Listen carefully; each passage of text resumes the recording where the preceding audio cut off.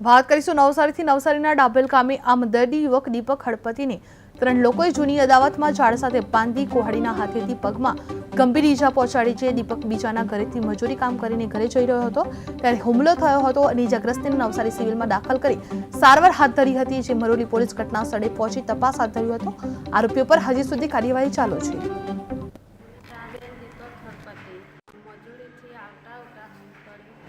सकटडूमनो पोयरो उसे निकलवाया महडूमनो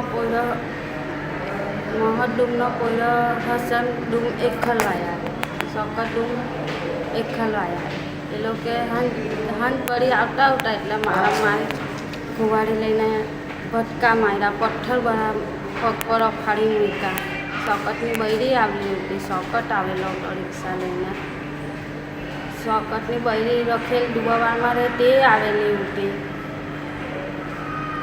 આ બીજા સોરાવા આવે તે લોકોને મારવા સંભાળી તે લાવતા એ લોકો બધા કે તમે જાણે એને હાથ લગાડ્યા ને બેહાડી ગયા તો તમારી વાત તમે જ એમ કરીને ધમકી